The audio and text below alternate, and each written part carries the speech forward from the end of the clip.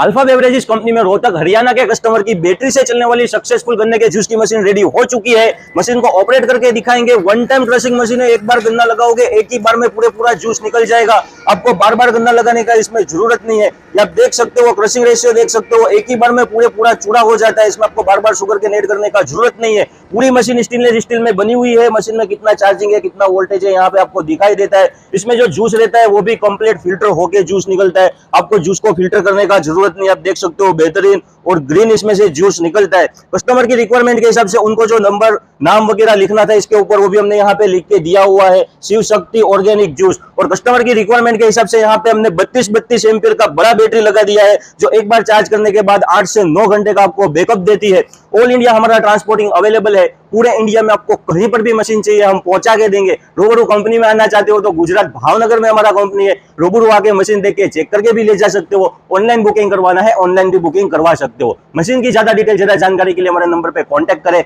हमारा contact number है 9265471717 7201031717। Video अच्छा लगा वीडियो को लाइक करें, ज्यादा से ज्यादा शेयर करें। Thank you for watching.